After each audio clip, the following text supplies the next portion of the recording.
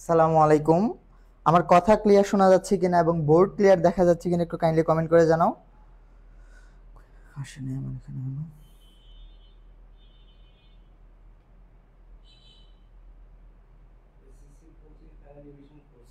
হুম হুম হুম।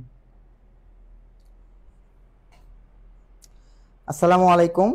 আমার কথা ক্লিয়ার শুনতে পাচ্ছ কিনা এবং বোর্ড ক্লিয়ার দেখতে পাচ্ছ কিনা একটু কমেন্ট করে জানাও।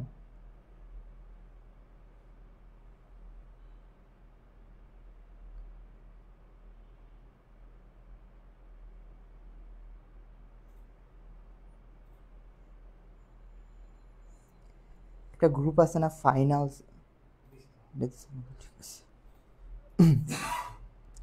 এডুকেশনের কমেন্টটা অন করে দিই। আমার কথা ক্লিয়ার শুনতে পাচ্ছ কিনা এবং বোর্ড ক্লিয়ার দেখতে পাচ্ছ কিনা একটু কমেন্ট করে জানাও। আমি ক্লাস শুরু করে দিব। আজকে আমরা কেমিস্ট্রি প্রথম পত্রের যে 4 নাম্বার চ্যাপ্টার আছে রাসায়নিক পরিবর্তন, তার 2 নাম্বার পার্ট নিয়ে আলোচনা করব। গত ক্লাসে আমরা পার্ট 1 শেষ করেছি, আজকে আমরা পার্ট 2 নিয়ে আলোচনা করব। ভাই নেটওয়ার্ক হয়তো প্রবলেম দেখাচ্ছে।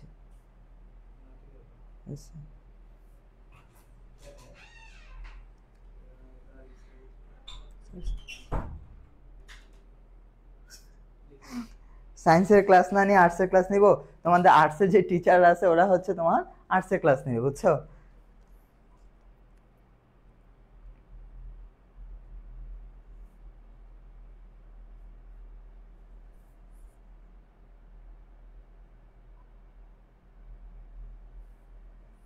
উদ্ভাস ছাড়া কিছু বোঝে না, আস্তে আস্তে অন্য কিছু বুঝতেছে, আস্তে আস্তে আরো বুঝবে। আচ্ছা, আমরা যারা যারা ক্লাসটা শেয়ার দিবা তাদেরকে আমরা এই ক্লাসের পিডিএফটা দিয়ে দিব। তোমরা সবাই শেয়ার দিয়ে কাইন্ডলি একটু ডান লিখো যে জি ভাইয়া শেয়ার দেওয়া কমপ্লিট হয়েছে। যারা যারা এখনো ক্লাসটা শেয়ার দেও নাই তোমরা ক্লাসটা কাইন্ডলি শেয়ার দিয়ে দাও।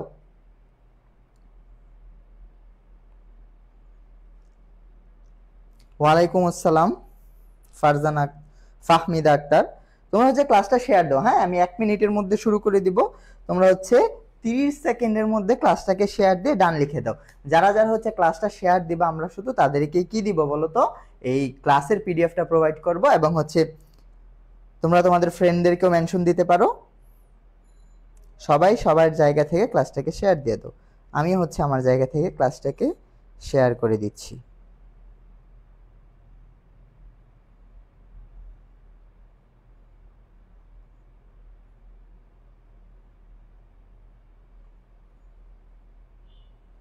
ওকে, আমরা আর কালের ক্ষেপণ না করি, আমরা ক্লাস শুরু করে দিই। ওকে, মোটামুটি আমরা সবাইকে শেয়ার দিয়ে দিয়েছি।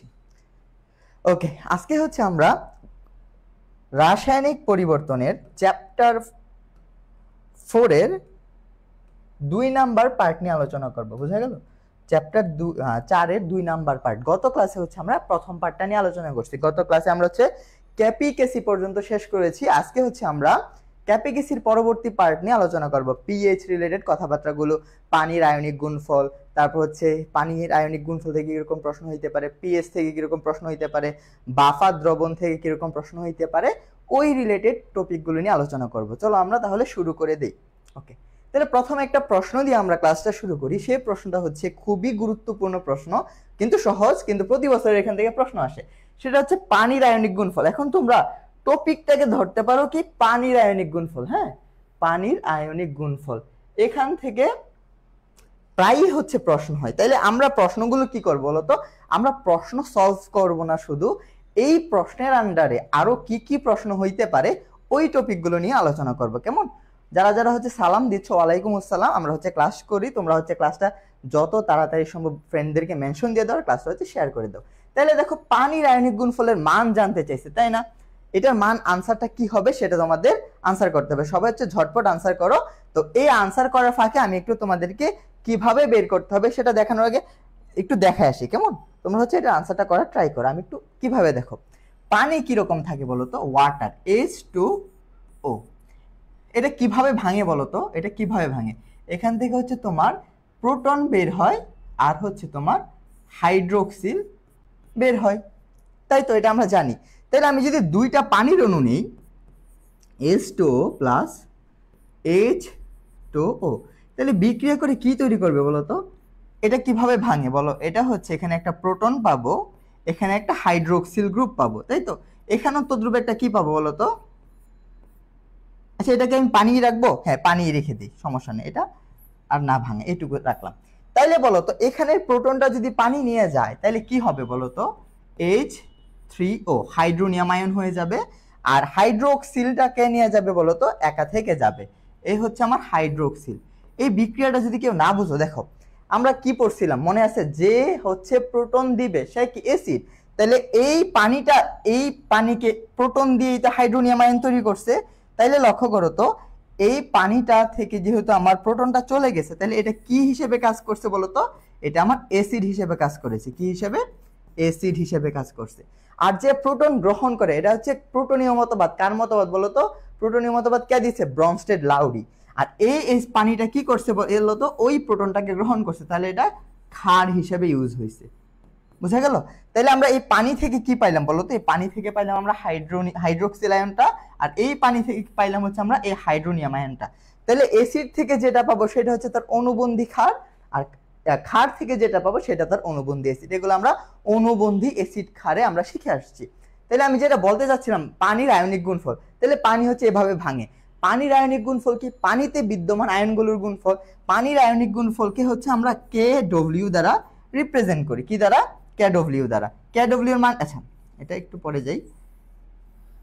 এখান থেকে যদি আমি সাম্য ধ্রুবক K এর মান বের করতে চাই, K এর মান শুধু K বের করতে চাই, তাহলে কি হবে বলতো? ক্যাপিক্যাসি যে শিখে আসছিলাম, তাহলে উপরে যাবে কে বলতো? উপরে যাবে হচ্ছে উৎপাদগুলো, হাইড্রোনিয়াম আয়ন আর হচ্ছে আমার হাইড্রোক্সিল আয়নের কনসেন্ট্রেশন, আর নিচে আসবে কে? বিক্রিয়ক কে ছিল? ওয়াটার ছিল। স্কয়ার হয়ে যাবে কারণ যেহেতু দুইটা ছিল। তারপর এই কে, এটাকে যে আড়াআড়ি গুণ করে এই দুইটা মিলে কি তৈরি হবে বলতো? KW তৈরি হবে। পানির আয়নিক গুণফল KW হবে। তার মান কি হবে বলতো? এই হাইড্রোনিয়াম আয়ন এর কনসেন্ট্রেশন আর হচ্ছে হাইড্রোক্সিল আয়নের কনসেন্ট্রেশন, এটাই হচ্ছে পানির আয়নিক গুণফলের মান। মানে হাইড্রোনিয়াম আয়ন এবং হচ্ছে এই হাইড্রোক্সিল আয়নের কনসেন্ট্রেশন গুণফল, এই দুইটাকে বলা হয় পানির আয়নিক গুণফল KW। বুঝা গেল? এখন কথা হচ্ছে 25 ডিগ্রিতে, কি বললাম?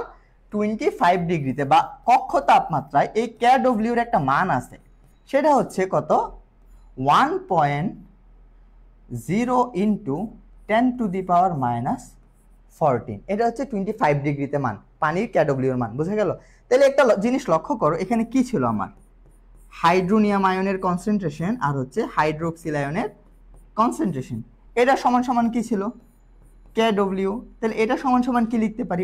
1 ইন্টু 10⁻⁻14 লিখতে পারি। এটুকু লিখতে পারি? লিখতে পারি। তাহলে হাইড্রোনিয়াম আয়ন আর হচ্ছে হাইড্রোক্সিল আয়ন, তারা কি 1:1 রেশিওতে রিঅ্যাকশন করে। তাহলে আমি এটাকে যদি ধরো x ধরি, এটাকে কি ধরতে পারি? x ধরতে পারি। আলটিমেটলি এটা কি হয়ে যাবে বলতো? x স্কয়ার হয়ে যাবে। ইকুয়াল কি হবে বলতো? KW ইকুয়াল কি হবে? 1 ইন্টু 10⁻⁻14। বুঝা গেল? এখন যদি আমি x এর মান বের করি, x এর মান বের করি, x সমান সমান কি হবে? √KW ইকুয়াল কি হবে? √1 ইন্টু 10⁻⁻14 ইকুয়াল কি হবে? 1 ইন্টু 10⁻⁻7। এটা হয়ে যাবে x এর মান। এখানে x কে বলতো? এখানে x হচ্ছে দুইটা হইতে পারে। একটা হইতে পারে হাইড্রোনিয়াম আয়নের কনসেন্ট্রেশন, আরেকটা হইতে পারে কে? হাইড্রোক্সিল আয়নের কনসেন্ট্রেশন। আশা করি তোমরা এইটুকু জিনিসপাতি বুঝে গেল। তাহলে এখান থেকে একটা প্রশ্ন আসবে, এখান থেকে একটা প্রশ্ন আসবে। তাহলে এই জিনিসটা যদি বুঝে থাকো, তাহলে দেখো আমরা কিন্তু ইজিলি এই কোশ্চেনের আনসারটা করে ফেলতে পারবো। কি ছিল বলতো? পানির আয়নিক গুণফলের মান কত? পানির আয়নিক গুণফলের মান কত বলো? এই যে 1টা দেয় নাই, 10⁻⁻14 মোল স্কয়ার পার লিটার স্কয়ার কেন দিছে? এটা কেন দিচ্ছে দেখো তো? আমরা নরমাল কনসেন্ট্রেশনের ইউনিট কি জানি? মোল পার লিটার। এটা হচ্ছে নরমাল ঘনমাত্রার ইউনিট। তাইলে ওইখানে যে পানির আয়নিক গুণফলে কি দুইটা ঘনমাত্রা ছিল না? তাহলে হোল টু দি পাওয়ার 2 হয়ে যাবে। তাহলে কি হয়ে যাবে বলতো? Mole square per litre to the power -2। বুঝা গেল? তাহলে এইটা হচ্ছে আমার উত্তর। আমার উত্তর হচ্ছে এই যে এটা উত্তর। তোমরা কি বুঝতে পারছো? এই কোশ্চেনটা কি বুঝতে পারছো? তাহলে শুধু কোশ্চেনটা কি সলভ করা হলো বলো তো? কোশ্চেনটা কিভাবে আরো হইতে পারে? এছাড়া এখান থেকে তোমার এটা আসছে, তাহলে তোমার কি ইয়ার মান জানতে চাইতে পারে না? হাইড্রোক্সিল আয়নের কনসেন্ট্রেশনের মান। হাইড্রোক্সিল আয়নের কনসেন্ট্রেশনের মান অথবা হাইড্রোনিয়াম আয়নের কনসেন্ট্রেশনের মান অথবা রুট ওভার কেডব্লিউ এর মান জানতে চাইতে পারে না, তাহলে সেটা কি হবে 1 ইন্টু 10⁻⁷ এটা হয়ে যাবে, এটা হয়ে যাবে। এই যে এখানে আমরা এটা দেখলাম, এই যে কি বল, এই যে এটা 1 ইন্টু 10⁻⁷, এই যে রুট ওভার কেডব্লিউ, এটা কার মান, হাইড্রোনিয়াম আয়নের কনসেন্ট্রেশন অথবা হাইড্রোক্সিল আয়নের কনসেন্ট্রেশন। বুঝতে পারলেন? এই কোশ্চেনটা বুঝা গেল। তাহলে এখান থেকে আরেকটা জিনিস মনে রাখতে হবে, 25 ডিগ্রি কক্ষ তাপমাত্রা, এটার মান কত, কেডব্লিউ এর মান 1 ইন্টু 10⁻⁻14। এই হচ্ছে আমার কথাবার্তা, এই হচ্ছে আমার কথাবার্তা। তাহলে আশা করি এই কোশ্চেনটা আপনারা ক্লিয়ারলি বুঝতে পেরেছেন, আশা করি এই কোশ্চেনটা আপনারা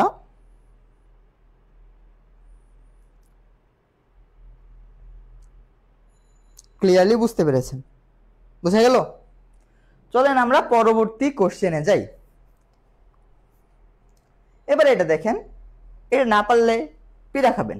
কি বলছে দেখেন তো, 25 ডিগ্রি মানে কক্ষ তাপমাত্রায় পানির পিকেডব্লিউ মান চাইছে, কি পিকেডব্লিউ মান জানতে চাইছে, নট কেডব্লিউ। কি জানতে চাইছে বলেন তো, পিকেডব্লিউ মান জানতে চাইছে। বুঝা গেল? তাহলে এই প্রশ্নের উত্তরটা কি হবে আপনারা ঝটপট করেন, আমি হচ্ছে এটার উত্তরটা করার ট্রাই করি। এখন লক্ষ্য করেন, এটার জন্য আরেকটা স্লাইড নিব না, এখানে বুঝাই। ধরেন আপনার এরকম আছে,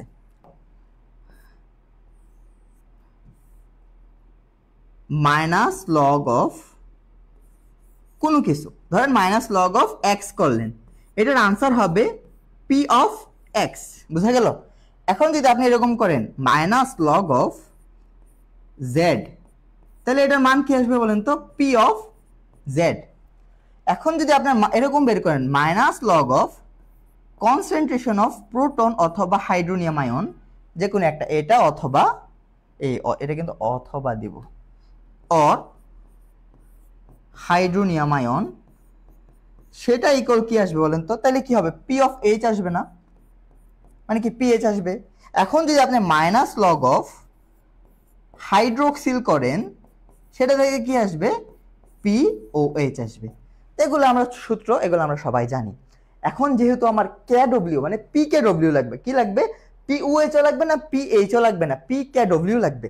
তাহলে কে ডব্লিউ যদি পি কে ডব্লিউ যদি বের করতে চাই, সেটা কি হবে বলেন তো, মাইনাস লগ করে দিতে হবে। তাহলে মাইনাস লগ অফ কাকে করবেন, কে মানে কে ডব্লিউ। যদি আমি পিএইচ বের করতাম, মাইনাস লগ করতাম এইচ এর, তাহলে পি কে ডব্লিউ করবো, তাহলে আমি মাইনাস লগ করবো কার, কে ডব্লিউ। বুঝতে পারলেন? বুঝা গেল? বুঝা গেল।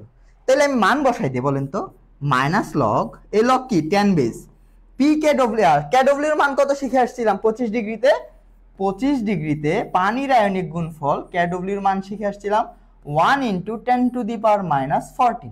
এটা শিখে আসছি এর আগের কোশ্চেনে। এখন আমি বসাই দিই 1 ইন্টু 10⁻⁻14।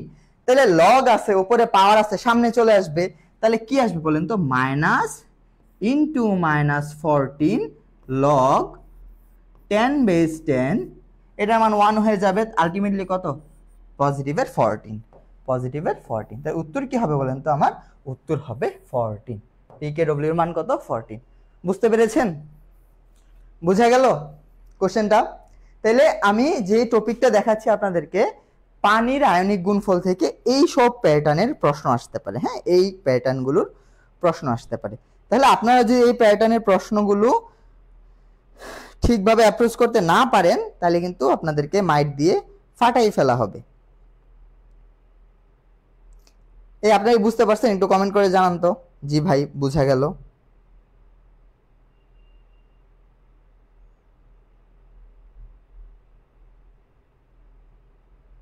একটু কমেন্ট করেন যে জি ভাই এটা বুঝতে পারছি।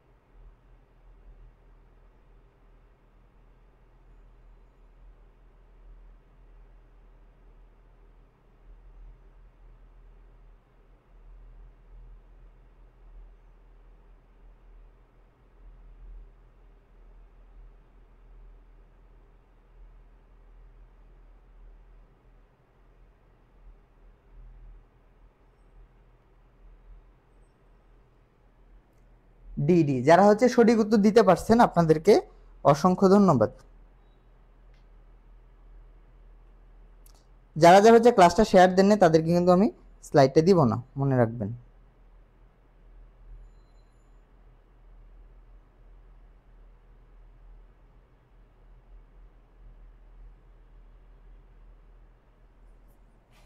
চলেন আমরা পরবর্তী কোশ্চেনে যাই। ওকে, জি বুঝছি, ঠিক আছে, চলেন পরবর্তীতে যাই।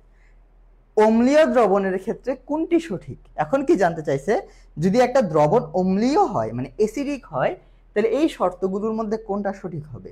আচ্ছা, পিএইচ মানে কি বলেন তো? আমরা কি পিএইচ শিখছি না ছোটবেলায়? কি শিখছি? পিএইচ হচ্ছে, যদি আপনার এটা পিএইচ স্কেল হয়, পিএইচ স্কেলের মধ্যে 7 হচ্ছে আপনার নিউট্রাল পয়েন্ট, আর যত 14 দিকে যাইতে থাকবেন তত বেসিক হইতে থাকবে, ক্ষারীয় হইতে থাকবে, আর যত কমের দিকে আসতে থাকবেন তত অ্যাসিডিক হইতে থাকবে, তাই না? এখন লক্ষ্য করেন এই 7 হচ্ছে আমার নিউট্রালাইজিং পয়েন্ট বা নিউট্রাল পয়েন্ট, তাই না? তাইলে পিএইচ মানে কি শিখছি বলেন তো? মাইনাস লগ অফ হাইড্রোজেন আয়নের ঘনমাত্রা। পিওএইচ এটা হচ্ছে ক্ষারকত্ব প্রকাশ করে, সেটা শিখছি মাইনাস লগ অফ হাইড্রোক্সিল আয়নের ঘনমাত্রা, এটা শিখছি। কোন দ্রবণে যদি হাইড্রোজেন আয়নের ঘনমাত্রা বেশি থাকে সেটা অ্যাসিডিক হবে, কোন দ্রবণে যদি হাইড্রোক্সিল আয়নের ঘনমাত্রা বেশি থাকে সেটা কি হবে? ক্ষারীয় হবে। আর যদি সবগুলো ইকুয়াল থাকে সেটা হয়ে যাবে কি বলেন তো? সেটা হয়ে যাবে আমার নিরপেক্ষ। মানে হচ্ছে এটা, যদি হাইড্রোজেন আয়নের কনসেন্ট্রেশন বেশি থাকে রুট ওভার KW থেকে, আচ্ছা এটা দেওয়া লাগবে না, বেশি থাকে যদি হাইড্রোক্সিল আয়ন থেকে, সেটা হবে অ্যাসিডিক।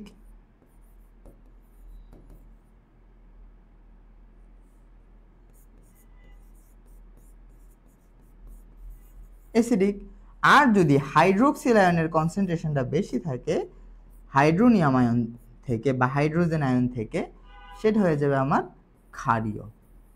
অবশ্যই ঘনমাত্রা কিন্তু, হ্যাঁ ঘনমাত্রা। তাহলে আমার অ্যাসিডিক জানতে চাইছে, কে বেশি হবে? অবশ্যই হাইড্রোনিয়াম আয়নের ঘনমাত্রাটা কি হইতে হবে বলেন তো? বেশি হইতে হবে। বুঝতে পারলেন? হাইড্রোনিয়াম আয়নের ঘনমাত্রাটা বেশি হইতে হবে। ক্লিয়ার? এটা কি ক্লিয়ার? বুঝতে পেরেছেন কেন হাইড্রোনিয়াম আয়নের ঘনমাত্রা বেশি হইতে হবে? আশা করি বুঝতে পেরেছেন। চলেন পরবর্তীতে যাই। বিশুদ্ধ পানির মোলার ঘনমাত্রা কত? এই কোশ্চেনটা খুবই গুরুত্বপূর্ণ। এটা সরাসরি আমরা মুখস্থ করে ফেলি, তবে হচ্ছে এটা খুবই গুরুত্বপূর্ণ একটা প্রশ্ন, যে বিশুদ্ধ পানির মোলার ঘনমাত্রা কত? একটু সবাই ঝটপট আনসার করার ট্রাই করেন তো, দেখি পারেন কিনা। যে বিশুদ্ধ পানির মোলার ঘনমাত্রা কত?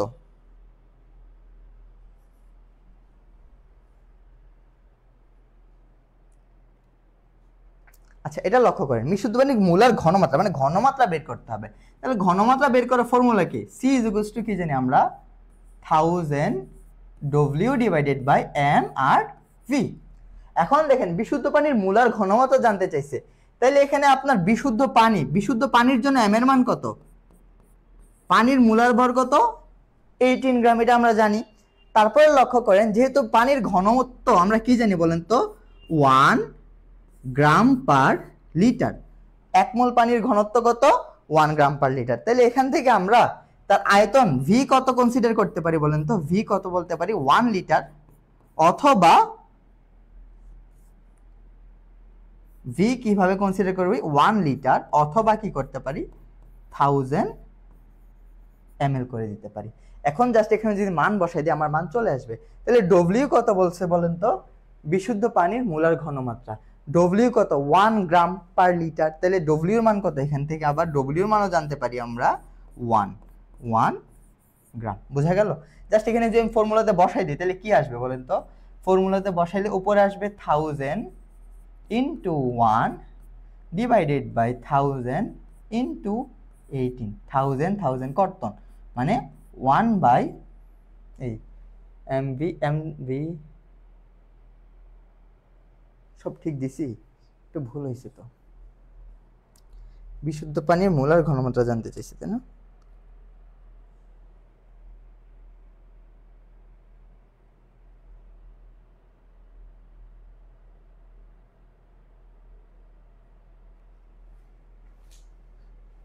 একটু খেয়াল করেন, এই অংশটা একটু বুঝেন। মোলার ভর বুঝতে পারলাম। আমার এখানে কি দেয়া আছে, ঘনত্ব দেয়া আছে 1 গ্রাম জিএম, তো না শুধু জি, 1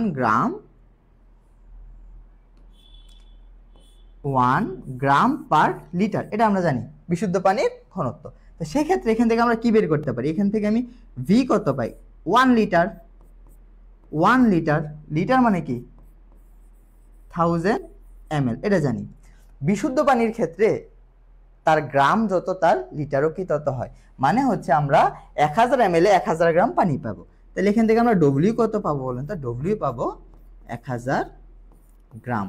কেন এটা 1000 গ্রাম ডব্লিউ পাবো সেটা যদি আপনারা বুঝতে পারতেছেন, সেটা যদি আপনাদেরকে বলি, পানির ঘনত্ব থেকে যদি আমরা জানি এটা হচ্ছে পানির রো ঘনত্ব বিশুদ্ধ পানির জন্য, তাহলে এখান থেকে আমরা কি লিখতে পারি, 1000 ml পানির মধ্যে কতটুকু পানি আছে, 1000 গ্রাম পানি আছে, এটা আমরা বলতে পারি।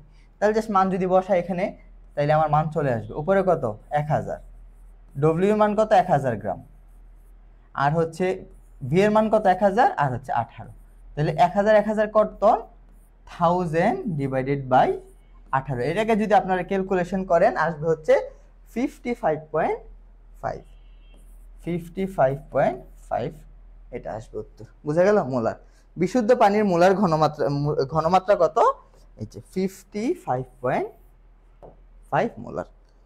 বুঝা গেল?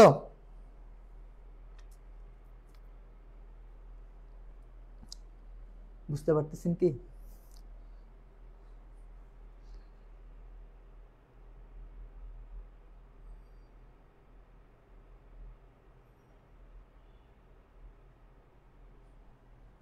এখন আসেন আমরা পরবর্তী কোশ্চেনটার মধ্যে যাই। কি বলছে, 25 ডিগ্রি সেন্টিগ্রেড তাপমাত্রায় পানির আয়নিক গুণফলের মান যদি এটা দেয়া থাকে, হাইড্রোনিয়াম আয়নের ঘনমাত্রা মান কোনটা, এটা দেখায় চলে আসছি। আমরা কি জানি, এটা আরেকবার যদি দেখাইতে চাই, আমরা জানি hydronium ion equal hydroxyl ion equal √/KW equal 1 × 10⁻⁻7। একটু আগে করে আসছি, তাহলে এটা কই আছে দেখুন তো, 1 × 10⁻⁷, এই যে 1 × 10⁻⁷। আশা করি এটা বুঝতে পারছেন। এটা কিভাবে আসছে এর জন্য হচ্ছে আগের পড়াটা আমি পড়ায় আসছি, এটা আশা করি বুঝা গেল। পরবর্তীতে যাই, দুর্বল অম্লের বিয়োজন মাত্রা কি। এখন আমরা চলে আসছি বিয়োজন মাত্রা রিলেটেড কোশ্চেনের মধ্যে। কিসে, বিয়োজন মাত্রা রিলেটেড প্রশ্নের মধ্যে। যেহেতু বলছে এটা দুর্বল অম্ল, তাই না, সেক্ষেত্রে বিয়োজন মাত্রা কি হবে। আমরা ছোট সময় অসল্টের লঘুকরণ সূত্র পড়ছি না, ছোটবেলায় তো না, এইচএসসি তে কি পড়ছি বলেন তো, যদি এইচ এটা একটা দুর্বল অম্ল হয় বা একটা দুর্বল ক্ষার হয়, এটা কিভাবে ভাঙবে বলেন তো, এটা হচ্ছে আপনার এভাবে ভাঙবে, H প্লাস আর হচ্ছে A মাইনাস, এভাবে ভাঙবে আমরা জানি। তাহলে এটা যদি আপনার S হয়, এটা কি হবে, S হবে, এটা কি হবে, S হবে, এটা আমরা জানি, তাই তো। এখন এটাকে যদি আমি S না ধরেন আলফা ধরলাম, কি 1 থেকে ধরেন আলফা পরিমাণ বিয়োজিত হচ্ছে। আচ্ছা, এখানে এটা যেহেতু দুর্বল অম্ল, তাহলে কি মানে একদম সম্পূর্ণ বিয়োজিত হবে, সম্পূর্ণ বিয়োজিত হবে না, খুব কম পরিমাণে বিয়োজিত হবে। ধরেন এখানে 100 মোল আছে, কত 1000 মোল আছে ধরে নিলাম, এখান থেকে বিয়োজন হবে কত জানেন, 0.00001% কত বিয়োজিত হবে। খুবই সামান্য পরিমাণ কি দুর্বল অম্ল বা অ্যাসিড কি বিয়োজিত হয়। তাহলে এটার ইনিশিয়াল কনসেন্ট্রেশন যদি 1 ধরি, ধরেন 1 থেকে আলফা পরিমাণ চলে গেল, 1 থেকে আলফা পরিমাণ চলে গেল, আর সি কি কনসেন্ট্রেশন বা ঘনমাত্রা।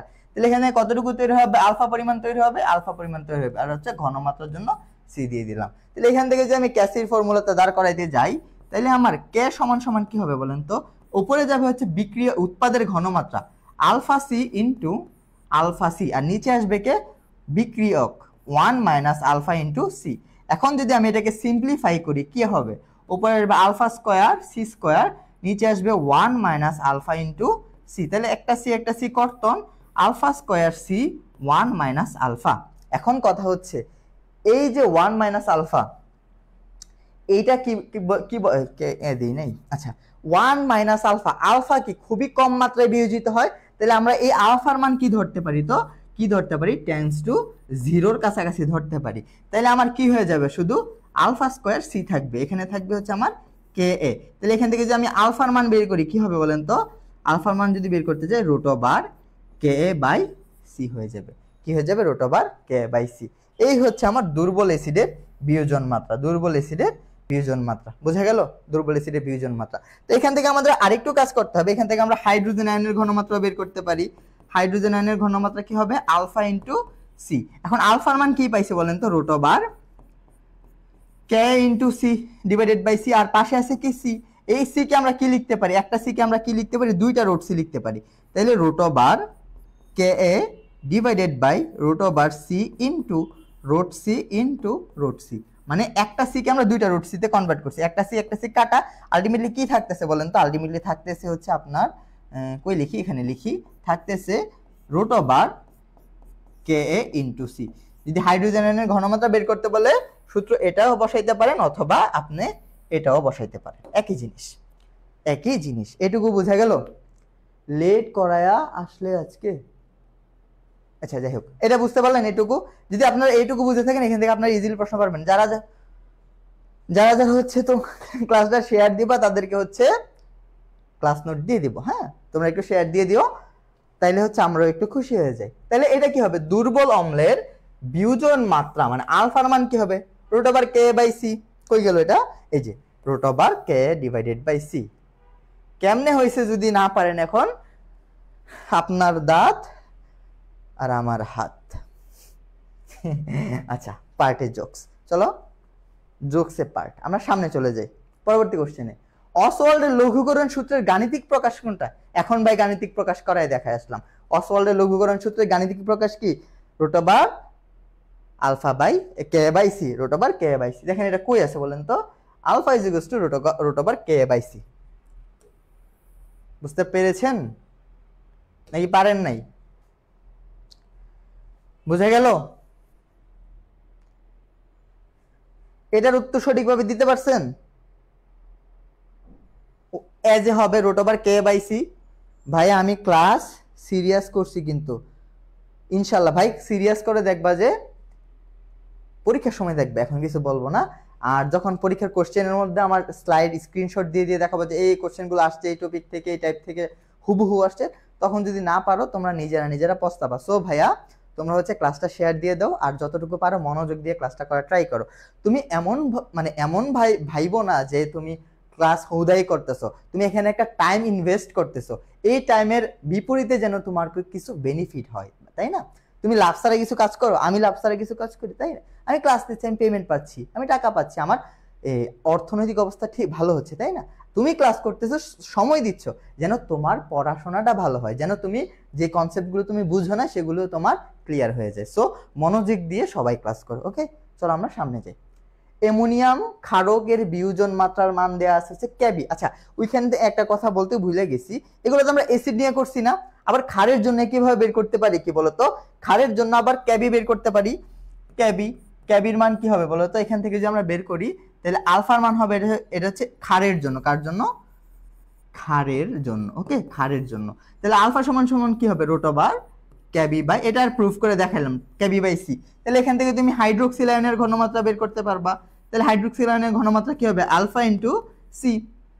আলফার মান কি হবে বলো তো, আলফার মান হবে root over KB by C into এই সি কে কি লিখতে পারি, root C into root C. তাহলে একটা সি কর্তন, মানে রুট সি কর্তন। আলটিমেটলি কি থাকবে বলো তো, root over KB into C থাকবে। এটাও আমরা কি এখান থেকে বের করে ফেলতে পারি। বুঝা গেল? এটাও আমরা, এটা হচ্ছে দুর্বল ক্ষারের জন্য। কিসের জন্য? দুর্বল ক্ষারের জন্য।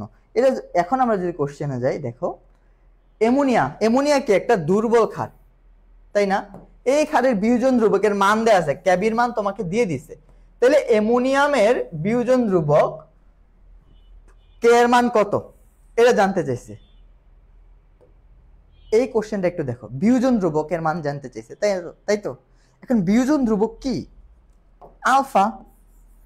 দুর্বল ক্ষারের জন্য কি হবে, আলফার মান root over K divided by C. দেখো তোমার ঘনমাত্রা কি দিয়ে দিছে,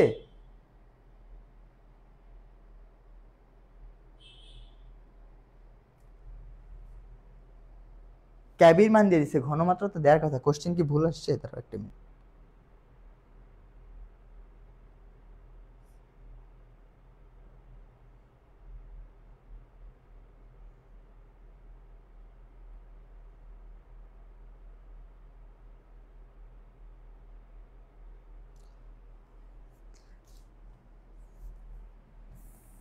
আচ্ছা এই প্রশ্নটা একটু মজার আছে, হ্যাঁ একটু ইন্টারেস্টিং একটা কোশ্চেন। আচ্ছা শেয়ার দেন ভাইয়া, সিকিউ পড়াবেন না?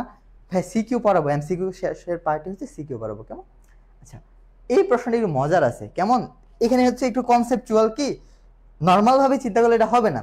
আমরা যে পড়ে আসছিলাম মনে আছে? ধরো এখানে কিন্তু লক্ষ্য রাখতে পেরেছে অ্যামোনিয়াম আয়ন, এটা কি বলতো? এটা শুধু অ্যামোনিয়া। তাহলে অ্যামোনিয়া থেকে তোমাকে কি তৈরি করতে হবে বলতো? অ্যামোনিয়াম আয়ন তৈরি করতে হবে, NH4 এটা তৈরি করতে হবে, তাই তো? তাহলে অ্যামোনিয়া থেকে এটা কিভাবে হবে? এখানে 3টা হাইড্রোজেন, এখানে 4টা, মানে একটা হাইড্রোজেন কি করতে হবে? তাকে গ্রহণ করতে হবে। মানে এই অ্যামোনিয়া কি করবে? একটা প্রোটন কাউরে দিয়ে দিবে, তাই তো? এই অ্যামোনিয়া কি করবে?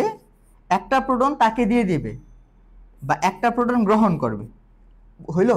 আচ্ছা হইলো, একটা প্রোটন গ্রহণ করে কিসে কনভার্ট হয়েছে?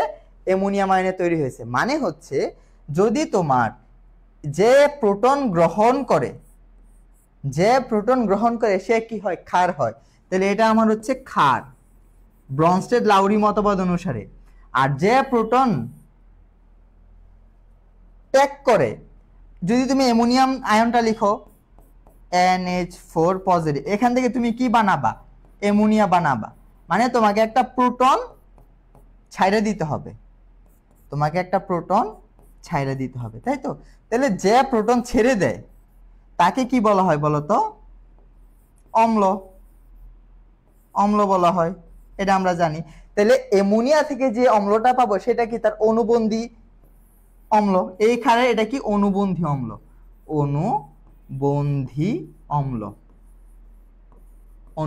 তাহলে অ্যামোনিয়ার অনুবন্ধী অম্লকে অ্যামোনিয়াম আয়ন। তাহলে এটা হচ্ছে ক্ষার, এটা হচ্ছে কি?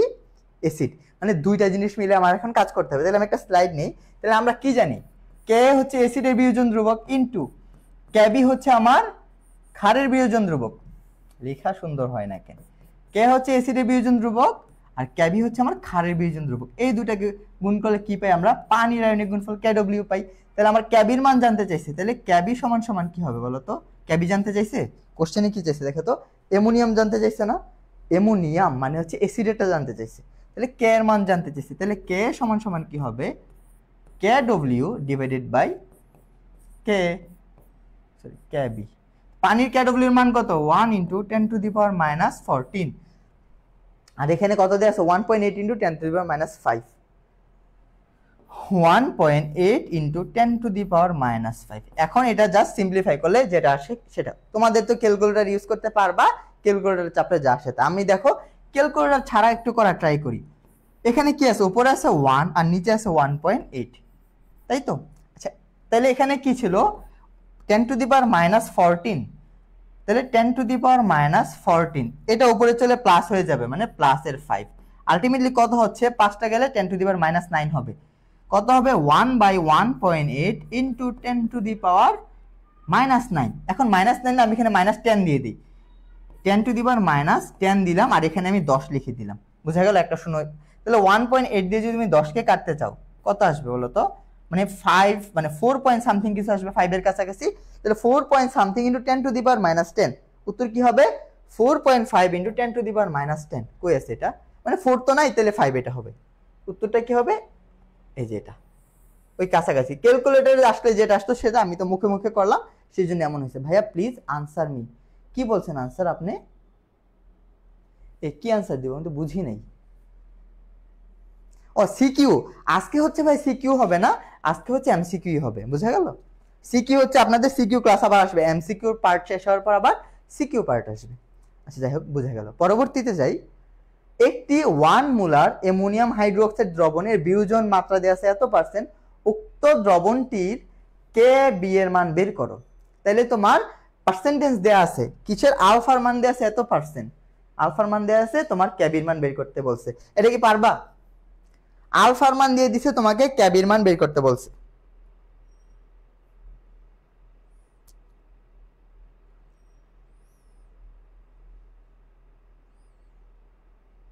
ও সরি ক্যাবির মান বের করতে বলছে। হ্যাঁ,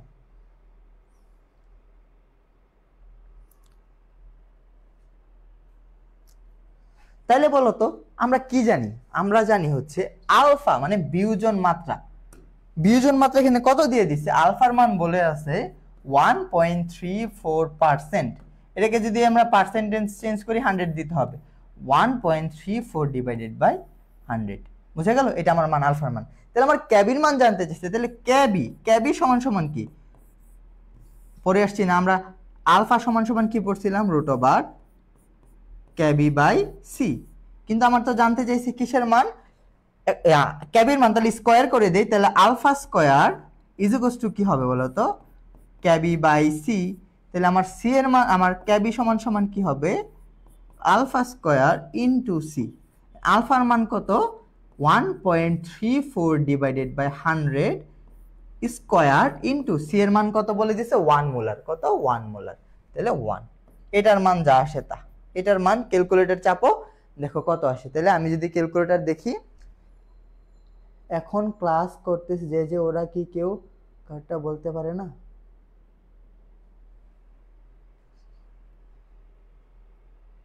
আচ্ছা, তাহলে এটা যে আমি ক্যালকুলেশন করি, মানটা আসবে হচ্ছে 1.7 ইন্টু 10⁻⁻⁴ এটা আসবে। বুঝতে পারলেন? আমি তো করে দিলাম, জাস্ট এখানে হচ্ছে আপনি কত আসে সেটা বের করবেন। হ্যাঁ, সেটা বের করবেন ক্যালকুলেটর চেপে, তাইলে হয়ে যাবে। বুঝতে পেরেছেন? চলেন আমরা পরবর্তী ক্লাসে মানে টপিকে যাই। নিচের কোন অ্যাসিডটির বিয়োজন ধ্রুবকের মান? এটা মুখস্থ টাইপ প্রশ্ন, দুইটা বারবার আসে, আমি দুইটা এর থেকে একটা আনলাম আর একটা বলে দিব। কোনটার বিয়োজন ধ্রুবকের মান? এটা 1.8 ইন্টু 10⁻⁻⁴। কোন অ্যাসিডের? সবাই ঝটপট আনসার করেন। এটা কোন অ্যাসিডের বিয়োজন ধ্রুবকের মান বলতে পারবেন? লক্ষ্য করেন, দুইটা অ্যাসিড শিখবো আমরা, শুধু এই দুইটাই বারবার আসে। একটা হচ্ছে ইথানোয়িক অ্যাসিড, ইথানোয়িক অ্যাসিড শিখবো, আর একটা শিখবো ফর্মিক অ্যাসিড। ফর্মিক অ্যাসিড কই পাওয়া যায় বলেন তো? পিঁপড়ায় কামড় দিলে ফর্মিক অ্যাসিড, ওইখানে ফর্মিক অ্যাসিড আছে। এটার মান হচ্ছে 1.8 ইন্টু 10⁻⁻⁵, আর এটার মান হচ্ছে 1.8 ইন্টু 10⁻⁻⁴। তাহলে লক্ষ্য করেন, 10⁻⁻⁴ বলছে, তাহলে এটা কার? ফর্মিক অ্যাসিডের। কার? ফর্মিক অ্যাসিড বা মিথানোয়িক অ্যাসিড। ফর্মিক অ্যাসিডের আরেকটা নাম কি বলেন তো? এটার আরেকটা নাম হচ্ছে methanoic acid. Methanoic acid, methanoic acid.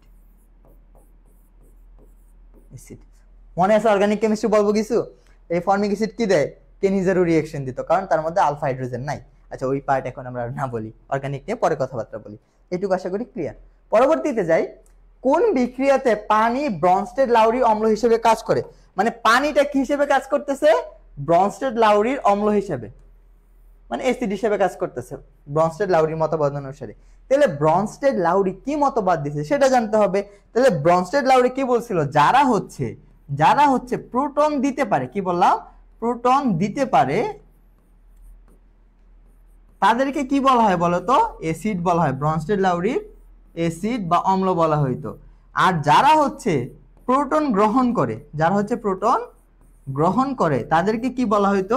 ক্ষার বলা হইতো। ব্রনস্টেড লাউরির ক্ষার বলা হইতো। আর ব্রনস্টেড লাউরির মতবাদটাকে কি বলা হইতো বলতো? প্রোটনীয় মতবাদ। প্রোটনীয় মতবাদ বলা হইতো। এগুলো আমরা জানি। এখন বলো, এখানে কে হাইড্রোজেন বা প্রোটন গ্রহণ করছে আর কে হচ্ছে ত্যাগ করছে? আমরা যদি লক্ষ্য করো, এখানে পানি হাইড্রোনিয়াম আয়ন হয়েছে HCl, মানে এই প্রোটন সে ত্যাগ করে দিছে। মানে তাহলে পানি তো এখানে গ্রহণ করছে, তাহলে এখানে পানি কি হিসেবে কাজ করতেছে? ক্ষার হিসেবে কাজ করতেছে। এটা হিসেবে কাজ করতেছে। তাহলে আমার এটা উত্তর হবে না, যে বলে দিচ্ছে কি পানিটা অম্ল হইতে হবে। তারপরে এখানে লক্ষ্য করো, অ্যামোনিয়াম আয়ন হয়েছে। তাহলে এই যে এই বিক্রিয়াটা লক্ষ্য করো তো, এখানে পানি ছিল, অ্যামোনিয়া ছিল, অ্যামোনিয়াম আয়ন হয়ে গেছে। মানে অ্যামোনিয়াটা একটা প্রোটন গ্রহণ করছে, তাহলে প্রোটনটা দিছে কে? এই পানি। তাহলে এই পানি এখানে কি হিসেবে কাজ করছে? অ্যাসিড হিসেবে কাজ করছে। তাহলে আমার উত্তর কি হবে? আমার উত্তর হবে এই বি।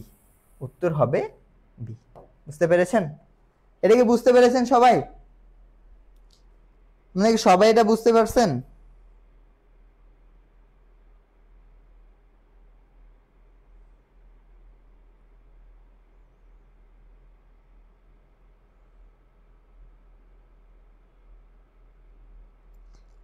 এটা কি বুঝতে পেরেছেন? চলো আমরা পরবর্তী কোশ্চেনে যাই। পটাশিয়াম পারম্যাঙ্গানেট সোডিয়াম অক্সালেট, দুইটা জিনিস, একটা হচ্ছে পটাশিয়াম পারম্যাঙ্গানেট আর একটা হচ্ছে সোডিয়াম অক্সালেট। লক্ষ্য করো, পটাশিয়াম পারম্যাঙ্গানেট, সোডিয়াম অক্সালেট, এই দুইটার যদি ট্রাইটেশন করো নির্দেশক হিসেবে কে ইউজ করা হয়? কাকে নির্দেশক হিসেবে ইউজ করা হয়? মিথাইল অরেঞ্জ, স্টার্চ, ডাইফিনাইলামিন নাকি নো ইন্ডিকেটর, কাকে ইউজ করা হয়? একটা জিনিস লক্ষ্য করো, পটাশিয়াম পারম্যাঙ্গানেটের ফর্মুলা কি বলতো? KMnO4, এটা হচ্ছে আমার পটাশিয়াম পারম্যাঙ্গানেট। আর সোডিয়াম অক্সালেট কি? সোডিয়াম অক্সালেট হচ্ছে এরকম, সোডিয়াম পজিটিভ পজিটিভ, ও নেগেটিভ, অক্সিজেন নেগেটিভ, এই অক্সিজেন একটা কার্বনকে ধরবে, এই অক্সিজেন একটা কার্বনকে ধরবে, এই কার্বন নিজেকে ধরবে, double bond O double bond ও। এটা হচ্ছে আমার সোডিয়াম অক্সালেট। এই দুইটার বিক্রিয়ার মধ্যে কোন ইন্ডিকেটরটা ইউজ করা হয় নির্দেশক রূপে? এখানে কোনো নির্দেশক ইউজ করা হয় না, কারণ হচ্ছে পটাশিয়াম পারম্যাঙ্গানেট নিজেই হচ্ছে রং পরিবর্তন করে ওই নির্দেশকের কাজটা করে দেয়। সেজন্য পটাশিয়াম পারম্যাঙ্গানেট যখন ইউজ হয় তখন ওই বিক্রিয়াতে কোনো নির্দেশক ইউজ করা লাগবে না। যারা যারা হচ্ছে বি আনসার করছেন তাদের আনসারটা হয়নি, আনসার হবে ডি, নো ইন্ডিকেটর। যেহেতু পটাশিয়াম পারম্যাঙ্গানেট নিজেই রং চেঞ্জ করতে পারে, নিজেই ইন্ডিকেটর হিসেবে ইউজ হয়, সো এই বিক্রিয়ার মধ্যে কোনো ইন্ডিকেটর লাগবে না। ফাহমিদা আক্তার, বুঝতে পেরেছেন কেন বি হবে না, কেন আনসারটা ডি হবে? আশা করি বুঝতে পেরেছেন। চলেন আমরা পরবর্তী কোশ্চেনে যাই। এটা কি বলছে লক্ষ্য করেন, ক্যালসিয়াম অক্সাইডের অম্লত্ব কত? কি বললাম? ক্যালসিয়াম অক্সাইডের অম্লত্ব কত? এখন ক্ষারত্ব এবং অম্লত্ব আমরা কিভাবে বের করব? ধরেন আমি অম্লত্ব নিয়ে কথাবার্তা বলি। অম্লত্ব কি? প্রোটন দ্বারা বোঝায়, অ্যাসিড মানে প্রোটন দিয়েই তো বোঝায়, তাই না? যে সকল অ্যাসিড একটা প্রোটনকে নিউট্রালাইজ করতে পারে বা প্রশমিত করতে পারে তাদেরকে বলা হয় কি বলা হয়, তার অম্লত্ব কত? 1। মানে যেমন ধরো HCl, এটা একটা মনোপ্রোটিক অ্যাসিড, এই অ্যাসিডটাকে নিউট্রালাইজ করতে কি লাগবে বলতো?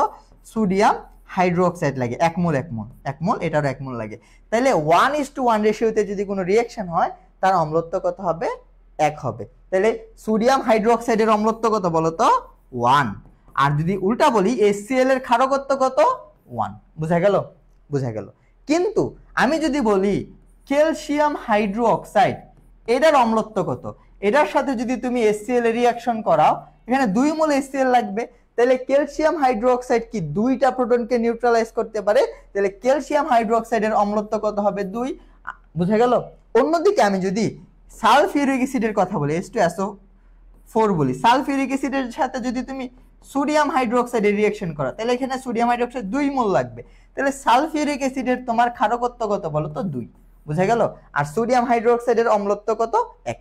তদ্রূপ ক্যালসিয়াম অক্সাইড, তাহলে ক্যালসিয়াম অক্সাইডের সাথে যদি তুমি HCl এর রিঅ্যাকশন করাও, তাহলে HCl কয়টা লাগবে? 2টা লাগবে। তাহলে ক্যালসিয়াম হাইড্রোক্সাইডের অম্লত্ব কত বলো তো? অম্লত্ব হচ্ছে 2। তাহলে আশা করি অম্লত্ব এবং ক্ষারকত্ব নিয়ে আর কোনো কোশ্চেন থাকবে না। পিডিএফ দিয়েন ভাইয়া, ইনশাআল্লাহ পিডিএফ দিয়ে দিব। তাহলে অম্লত্ব ক্ষারকত্ব নিয়ে আশা করি আর কোনো কোশ্চেন থাকলো না। বুঝতে পারলেন? আমি এখানে যাই আঁকি না কেন, আমি কিন্তু মুখে সবগুলো বলার ট্রাই করছি। তোমরা যদি কথাটা মনোযোগ দিয়ে না শোনো, পিডিএফ এর আশায় থাকো, তাহলে কিন্তু লস খেয়ে যাবা। ক্লাসটা মনোযোগ দিয়ে করো, তারপর যদি পিডিএফটা একবার চোখ বোলাও, আশা করি সবগুলো টপিক তোমাদের ক্লিয়ার হয়ে যাবে। যারা যারা এটা সঠিক উত্তর দিতে পারছো তাদেরকে অসংখ্য ধন্যবাদ। চলো পরবর্তীতে যাই। অ্যালুমিনিয়াম হাইড্রোক্সাইড, এটার অম্লত্ব কত বলো তো? এটার অম্লত্ব কত? 6। একইভাবে 6। এটার জন্য অ্যালুমিনিয়াম অক্সাইডের জন্য 6টা প্রোটনের প্রয়োজন হয়। অ্যালুমিনিয়ামে এর জন্য 6টা প্রোটনের প্রয়োজন হয়। চলো আমরা পরবর্তী কোশ্চেনে যাই। হ্যাঁ, তুমি লক্ষ্য করো সবচেয়ে শক্তিশালী অ্যাসিডকে, এগুলা কি সবগুলা কি অক্সো অ্যাসিড না? অক্সো অ্যাসিড কাদেরকে বলা হয়? অক্সিজেন থাকবে, সোজা কথা। তাহলে অক্সো অ্যাসিডের ক্ষেত্রে আমরা কিভাবে বের করি? কেন্দ্রীয় পরমাণুর জারণ মান দিয়ে। এখানে যদি আমি বের করতে, যেখানে কেন্দ্রীয় পরমাণুকে, এখন বলবা যে ভাই কেন্দ্রীয় পরমাণুকে, যেটা হচ্ছে সংখ্যায় কম থাকে সেটা কেন্দ্রীয় পরমাণু, এটা বাচ্চা কাচ্চা লেভেলের পড়া। কিন্তু যদি এরকম মনে হয় যে দুইটা জিনিস সেম, মানে সংখ্যা দুইটা সেম হয়ে গেল, তখন কি করবা? যার তড়িৎ ঋণাত্মকতার মান বেশি সে হবে কেন্দ্রীয় পরমাণু। কি বললাম? একটা ক্রাইটেরিয়া হচ্ছে সংখ্যায় কম, সেন্ট্রাল অ্যাটম বা কেন্দ্রীয় পরমাণু। কেন্দ্রীয় পরমাণু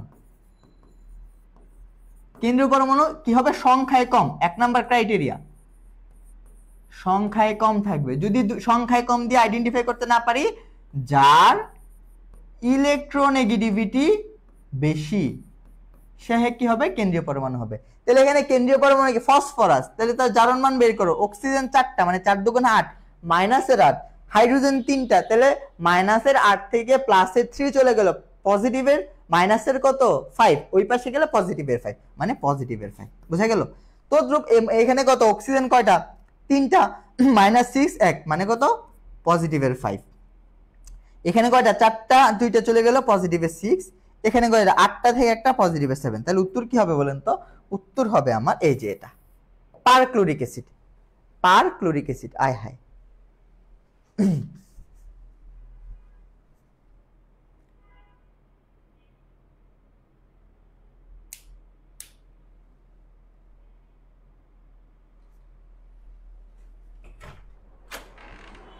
ভাইয়া ক্যামেরাটা অফ হয়ে গেছে, চার্জ নাই হয়তো। ভাইয়া ক্যামেরা অফ হয়ে গেছে ক্লাস।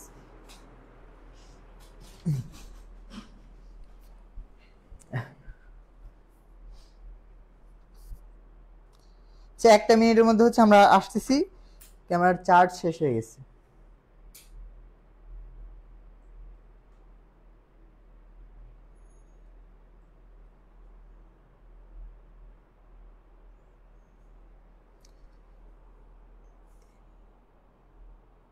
এই লোক বারবার বলতেছে সিকিউ পড়াবেন কখন, বললাম তো আজকে এমসিকিউ ক্লাস, সিকিউ ক্লাস না এটা।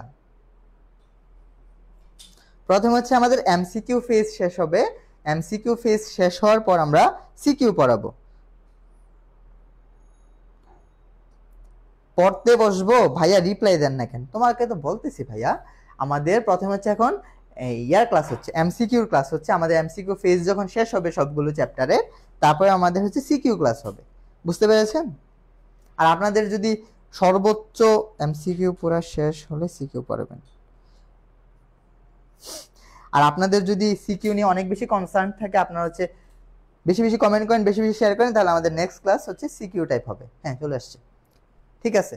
চলো আমরা পরবর্তী কোশ্চেনে যাই। ওকে, তাহলে এটা তো বুঝতে পারছেন যে পারক্লোরিক অ্যাসিড হবে।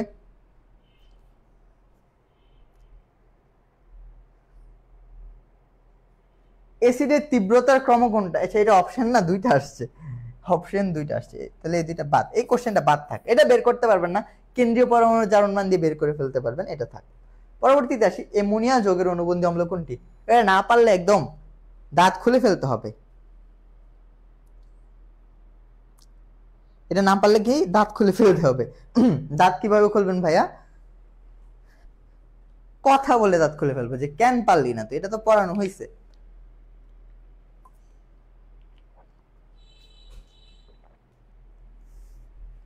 এ আনসার করছে একজন, ব্রনস্টেড লাউরি মতবাদ, লুইস মতবাদ, আর হচ্ছে আরহেনিয়াস মতবাদ, এগুলো পারলে এটা সবাই পারবেন। উত্তর কি হবে? কারণ কি অ্যামোনিয়া একটা প্রোটন গ্রহণ করবে, প্রোটন গ্রহণ করলে কি হবে? অ্যামোনিয়াম আয়ন হবে, যে একটা প্রোটন গ্রহণ করে কিসে কনভার্ট হবে? Ammonium ion. তাহলে এটা হচ্ছে অ্যামোনিয়া, সে প্রোটন গ্রহণ করতেছে, তাহলে যে প্রোটন গ্রহণ করে সে কি হয় বলতো? ক্ষার হয়। আর ক্ষারের থেকে আমরা কি পাই? অনুবন্ধী অম্ল পাই, অনুবন্ধী অম্ল পাই, অম্ল পাই, বুঝা গেল?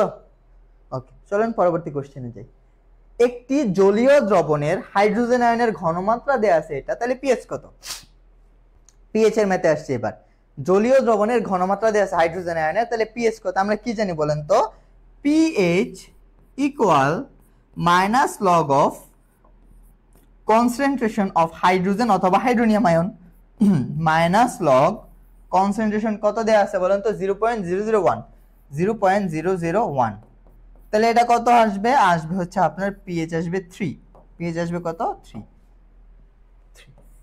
ভাই কেমনে 3? ক্যালকুলেটর চাপেন 3 আসবে। তাছাড়া আরো কিভাবে জানবেন? দশমিকের পরে যদি 1 থাকে, শেষ ডিজিট যদি 1 থাকে, সেটা যদি মনোপ্রোটিক অ্যাসিড হয়, দশমিকের পরে যত গড় তার পিএইচ তত। যদি মনোপ্রোটিক মানে একটা প্রোটন দেয় এরকম একটা অ্যাসিড হয়, এবং সর্বডানের সংখ্যা যদি 1 থাকে, দশমিকের পরে যত গড় তার পিএইচ তত, দশমিকের পরে যত ডিজিট থাকবে তার পিএইচ কত হবে? তত হবে। ওকে 3 বুঝা গেল। চলেন পরবর্তী কোশ্চেনে যাই। কোন দ্রবণের পিএইচ দেয়া আছে কত বলেন তো? পিএইচ দেয়া আছে 1.5, হাইড্রোজেন আয়নের ঘনমাত্রা কত? এটা জানতে চাইছি। বুঝা গেল? হাইড্রোজেন আয়নের ঘনমাত্রা কত। তাহলে কি হবে বলেন তো, আমরা কিভাবে করব? আমরা পিএইচ মানে কি জানি, pH equal minus log of concentration of hydrogen আয়নের ঘনমাত্রা। তাহলে হাইড্রোজেন আয়নের ঘনমাত্রাই তো বের করতে জানতে চাইছে, তাই না? হাইড্রোজেন আয়নের ঘনমাত্রা, তাহলে পিএইচ কত বলা আছে? 1.5 বলা আছে, 5 equal minus log of hydrogen আয়নের ঘনমাত্রা। কিন্তু আমার তো জানতে চাইছে হাইড্রোজেন আয়নের ঘনমাত্রা, তাহলে আমরা হাইড্রোজেন আয়নের ঘনমাত্রা বের করি। তাহলে কি হবে? 10 টু দি পাওয়ার মাইনাস 1.5। কত আসে ক্যালকুলেটর চাপলে যা আসে তা। এটা তো আমরা ক্যালকুলেটর দিয়ে পারি, ক্যালকুলেটর ছাড়া কিভাবে করতে হয় সেটা কি দেখাবো? ক্যালকুলেটর ছাড়া কিভাবে করতে হয় দেখাবো? দেখানো লাগবে? বলেন, দেখাবো? আচ্ছা দেখাই। হ্যাঁ, কত আছে বলেন তো? পিএইচটা দিয়েছে 1.5, এটার ইমিডিয়েট বড় সংখ্যাটা ধরবেন কত? 2। 2 থেকে কত বাদ দিলে 1.5 হবে? 0.5 বাদ দিলে 1.5 আসবে। তাহলে কি হবে বলেন তো? 2 মাইনাস লগ কতর মান? 0.5। লগ 3 এর মান হচ্ছে 0.5, 0.5 হচ্ছে লগ 3 এর মান। তাহলে বলেন তো 2 মাইনাস লগ 3 এর মান কত? 0.5, তাই তো? তাহলে এটা কত হবে বলেন তো? এটা হবে 3 into 10 to the power minus 2। এটা কি আছে? 3 into 10 to the power minus 2, exact তো নাই। 3 ইনটু 10 টু দি মাইনাস 3 কেন দিছে?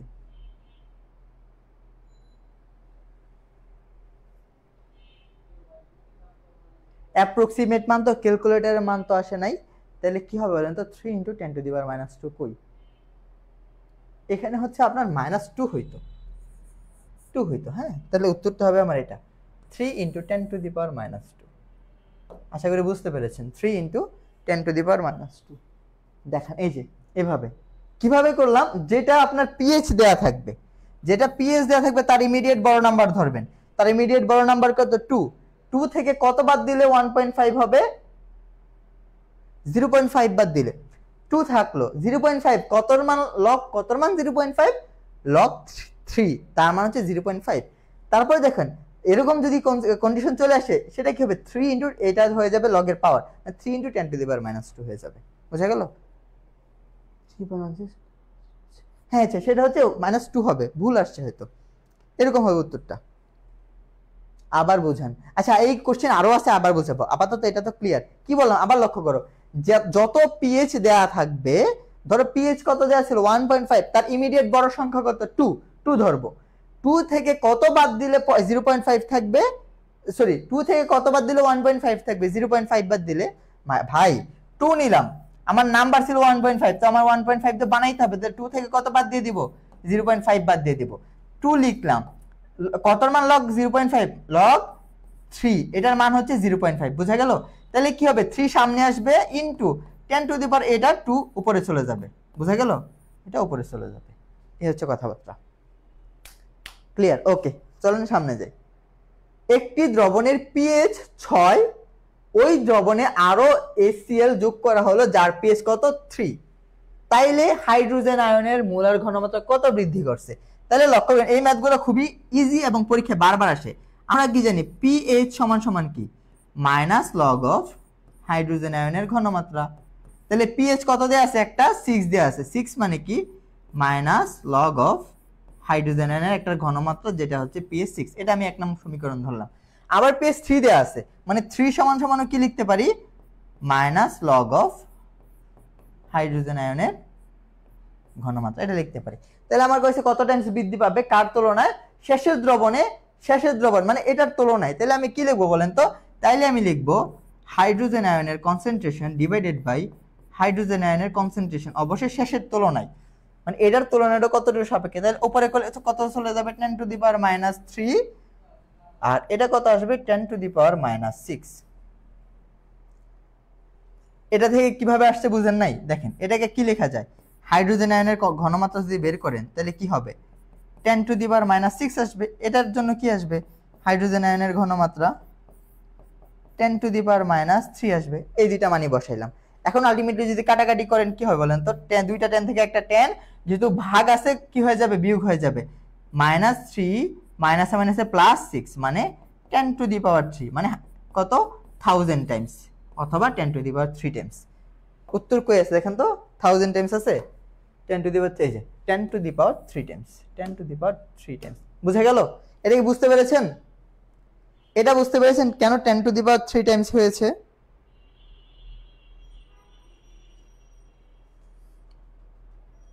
জি, যারা যারা বুঝতে পারছেন আপনাদেরকে অসংখ্য ধন্যবাদ। চলেন পরবর্তী কোশ্চেনে যাই। যদি কোনো ক্ষার দ্রবণের ঘনমাত্রা দেয়া থাকে, তো ক্ষার দ্রবণের ঘনমাত্রা এত দেয়া থাকে, তাহলে পিএইচ এর মান কত হবে? পিএইচ জানতে চাইছে। ক্ষার দ্রবণ থেকে পিএইচ পাবো নাকি ক্ষার দ্রবণ থেকে আমরা পিওএইচ পাবো? ক্ষার দ্রবণ থেকে আমরা কি পাবো? পিওএইচ। তাহলে আমরা দেখেন, তাহলে আমরা প্রথমে কি বের করতে হবে? প্রথমে আমাদের বের করতে হবে পিওএইচ ইকুয়াল কত বলেন তো? মাইনাস লগ অফ হাইড্রোক্সিল আয়নের কনসেন্ট্রেশন। তাহলে মাইনাস লগ হাইড্রোক্সিল আয়নের মান কত? 2 × 10 টু দি পাওয়ার -3 দেওয়া, এটা দেওয়া আছে, তাই তো? তাহলে এটার একটা মান আসবে। তাহলে আমরা তো পিএইচ জানতে চাইছি, পিএইচ ইকুয়াল কি হবে? 14 মাইনাস পিওএইচ এর মান। কারণ কি বলেন তো? আমরা জানি কি পিএইচ প্লাস পিওএইচ ইকুয়াল কত হয়? 14 হয়। তাহলে আমি পিএইচ যদি বের করতে চাই 14 মাইনাস পিওএইচ হবে, সেটাই করলাম। জাস্ট এখানে যে মানটা আসবে সেই মানটা এখানে বিয়োগ করে দিবেন, তাইলে আমার কি চলে আসবে? উত্তর চলে আসবে। উত্তর চলে আসবে। উত্তর কত হয় দেখেন তো, আপনারা একটু ক্যালকুলেটর চাপেন তো। 11.3 কত একজন বের করছে? কে? ফাহমিদা। 11.3। তাহলে উত্তর কি হবে আমাদের? 11.3। তোমরা কি দেখতে চাও এটা কিভাবে ক্যালকুলেটর ছাড়া করবা? দেখাবো? আচ্ছা এর পরে দেখাই, এখন একটু সামনে যাই, ফার্স্ট যাই। হ্যাঁ, আশা করি এটা বুঝতে পারছো। তোমরা তো ক্যালকুলেটর দিয়ে পারবা এটা, আশা করি, তাই না? জাস্ট ক্যালকুলেটর বসাও, চাপ দেওয়া হয়ে যাবে। ক্যালকুলেটর ছাড়া কিভাবে করা যায় সেটাও দেখাই দিব, না প্যারা নেই। আচ্ছা, 4% সোডিয়াম হাইড্রোক্সাইড দ্রবণের পিএইচ কত? সোডিয়াম হাইড্রোক্সাইড কি বলতো? সোডিয়াম হাইড্রোক্সাইড একটা ক্ষার, আমরা পিএইচ পাবো না, সরাসরি আমরা কি পাবো? পিওএইচ পাবো। কিন্তু ভাই ঘনমাত্রা বলে দেয় না, কি পার্সেন্টেজ দিয়ে দিছে একটা, কত? 4%। তাহলে 4% কে ঘনমাত্রাতে কনভার্ট করার সূত্র কি? 10x/m, 10x/m, এটা আমরা জানি। 10 x এর মান কত? 4%, m এর মান কত? সোডিয়াম হাইড্রোক্সাইডের m কত? 40। তাহলে কি হবে? গুড 1 মোলার, 1 মোলার আসছে। সোডিয়াম একটা 40 না? 23, 24, হ্যাঁ 40, ঠিক আছে। তাহলে পিএইচ জানতে চাইছে, তাহলে মাইনাস লগ অফ হাইড্রোক্সিল আয়নের কনসেন্ট্রেশন 1 কত আসবে বলেন তো? 0 আসবে। তাহলে পিএইচ কত আসবে? 14 মাইনাস 0 ইকুয়ালস টু 14। পিএইচ কত আসবে? 14। এই 14 না, বলো তো লগ 1 এর মান কত? ভুলে গেছি। লগ 1 এর মান ক্যালকুলেটর চাপে দেখেন কত আসে।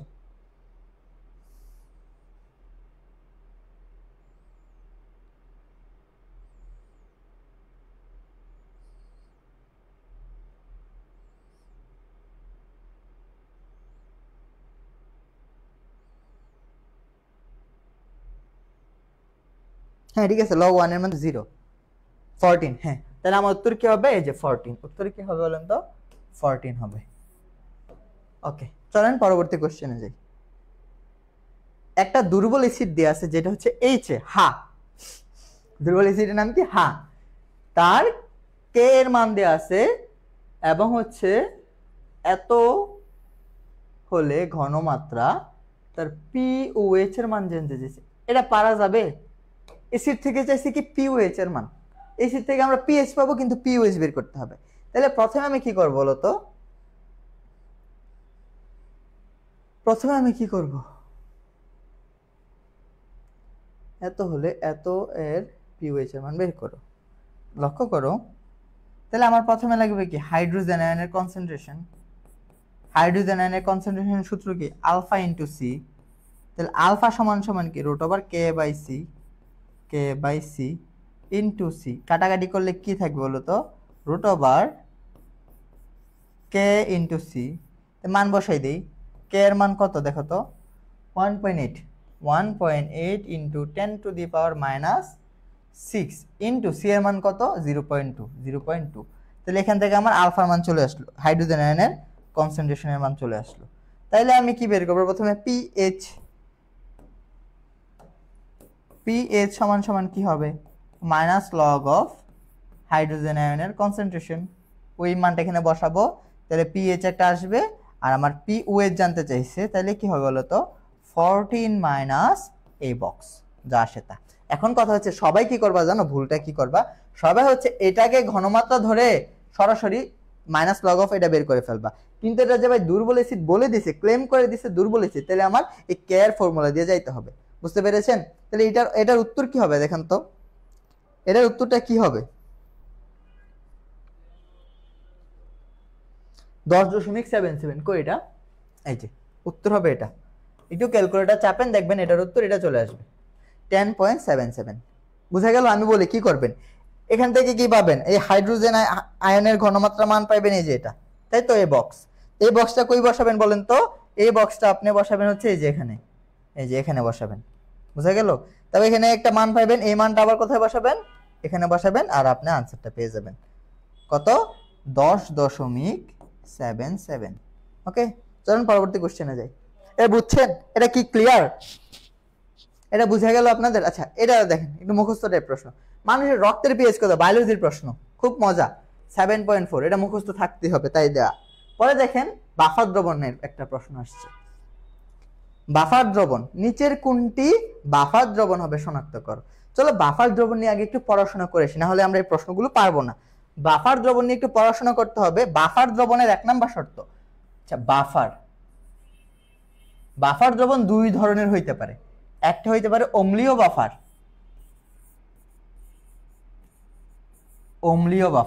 আচ্ছা অম্লীয় বাফার যে হবে, অম্লীয় বাফারের 1 নাম্বার শর্ত কি, একটা দুর্বল অ্যাসিড লাগবে। কি দুর্বল অ্যাসিড লাগবে, একটা দুর্বল অ্যাসিড লাগবে। 2 নাম্বার শর্ত কি, এই উইক অ্যাসিডের সাথে একটা স্ট্রং বেস বা একটা সবল ক্ষারের রিঅ্যাকশন ঘটাইতে হবে।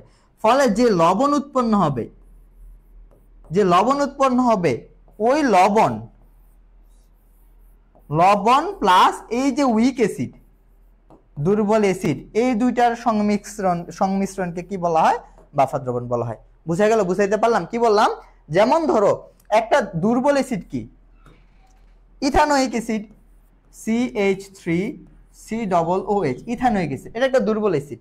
এই অ্যাসিডের সাথে যদি আমি একটা সবল ক্ষারের বিক্রিয়া ঘটাই, যেমন ধরো সোডিয়াম হাইড্রোক্সাইড, এই সবল ক্ষারের বিক্রিয়া কি তৈরি হবে বলতো? একটা সল্ট তৈরি হবে, লবণ, নাম কি হবে? সোডিয়াম ইথানয়েড, CH3COON, সোডিয়াম ইথানয়েড তৈরি হলো। বুঝা গেল?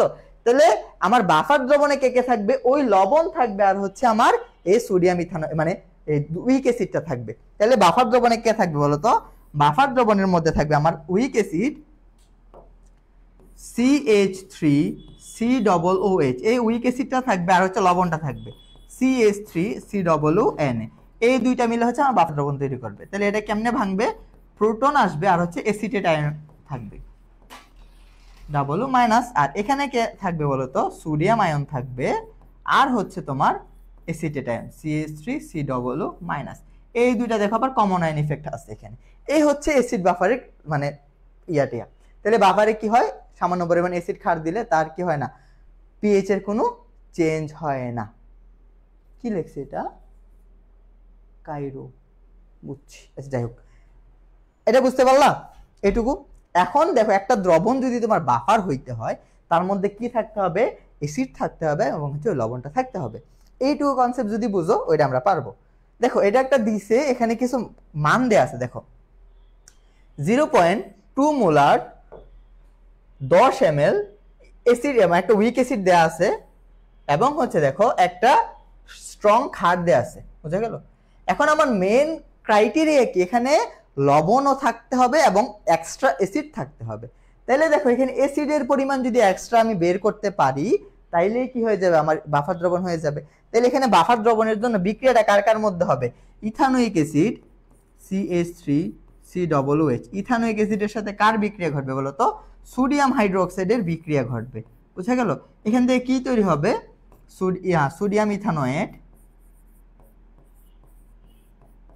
সোডিয়াম ইথানয়েড প্লাস হচ্ছে আর কি থাকবে? ওয়াটার ফর্ম করবে। যাই হোক, এখন দেখো এটা কতটুকু ছিল? 0.2 মোলার কত ml? 10 ml ছিল। এটা কতটুকু ছিল? 0.2 মোলার 1 ml ছিল, 10 ml ছিল।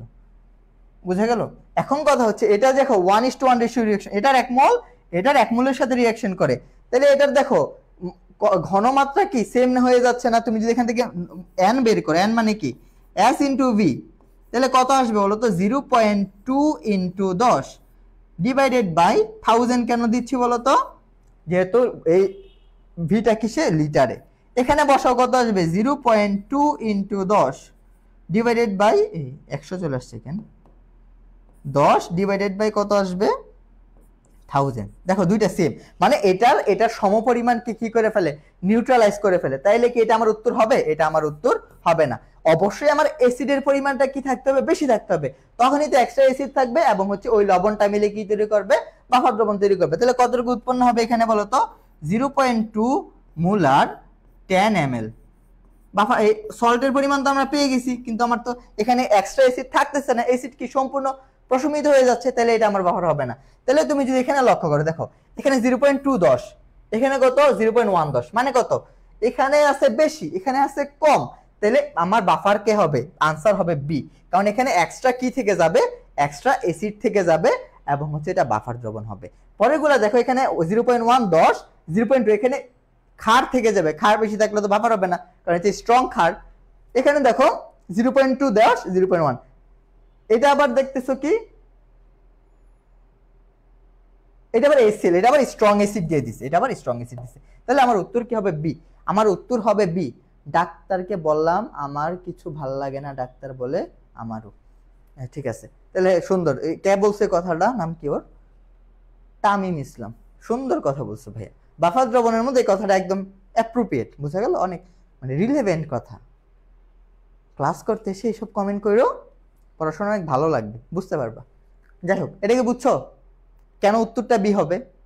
বুঝো নাই? যদি না বুঝো আমি আবার একটু ইলাবোরেটলি করি এই কোশ্চেনটা। দেখো এখানে কত ছিল? 0.2 মোলার 10 ml। এটা কি ছিল? অ্যাসিডটা ছিল CH3COOH ছিল। আর এখানে কি ছিল? 0.1 মোলার 10 ml। এটা কি ছিল বলো তো? সোডিয়াম হাইড্রোক্সাইডটা ছিল, তাই তো? এটা ছিল। তাহলে রিঅ্যাকশনটা এখান থেকে আমি n এর মান বের করি। n সমান সমান কি হবে বলো তো? 0.2 ইনটু 10, যেহেতু ml ml কাটা যাবে, আমি বারবার লিটার না নিই, তাহলে এটার মান কত আসবে বলো তো? এটার মান আসবে উপরে হচ্ছে 2 ইনটু 10, নিচে দিতে হবে 10, 10 10 কাটা 2 আসবে, 2 মোল আসবে, 2 মোল। বুঝে গেল? এখানে কত আসবে বলো তো? এখানে আসবে 0.1 ইনটু 10 ডিভাইডেড বাই 10, 10 তো এটা তো কাটা যাবে, 10 10 কাটা 1, তাহলে এটা আসবে 1 মোল, 1 মোল। তাহলে লক্ষ্য করো এখানে রিঅ্যাকশন কার কার মধ্যে হচ্ছিল? CH3COOH, এটার সাথে কার হচ্ছিল? Sodium hydroxide. এটার মধ্যে হচ্ছে লবণ কতটুকু তৈরি করতেছিল? CH3COONA। একটা জিনিস লক্ষ্য করো, তাহলে এটা কত মোল আছে? 1 মোল।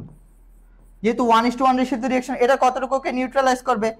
1 মোলকে নিউট্রালাইজ করবে। লবণ কতটুকু তৈরি করবে? 1 মোল তৈরি করবে। তাহলে কিন্তু আমার অ্যাসিড কত ছিল? 2 মোল। তাহলে এক্সট্রা কি রয়ে গেল? 2 - 1, মানে 1 মোল এক্সট্রা কি অ্যাসিড রয়ে গেল। তাইলে যেহেতু এক্সট্রা অ্যাসিড আছে, ওখানে লবণ আছে, বাফার দ্রবণ তৈরি হবে, বাফার দ্রবণ তৈরি হবে। ক্লিয়ার? আশা করি এটা বুঝা গেল। তাইলে উত্তর বি তোমরা ভালো করে বুঝতে পারছো। এই কোশ্চেন যদি না বুঝো, পরীক্ষা আসবে তখন হাঁ করে তাকায় থাকবা, ভালো হবে তখন। আচ্ছা, যে বলতেছো ক্লাস কখন শেষ হবে, তোমার যদি আর্জেন্ট থাকে তুমি চলে যেতে পারো, আমাদের ক্লাসটা আরো কিছুক্ষণ হবে।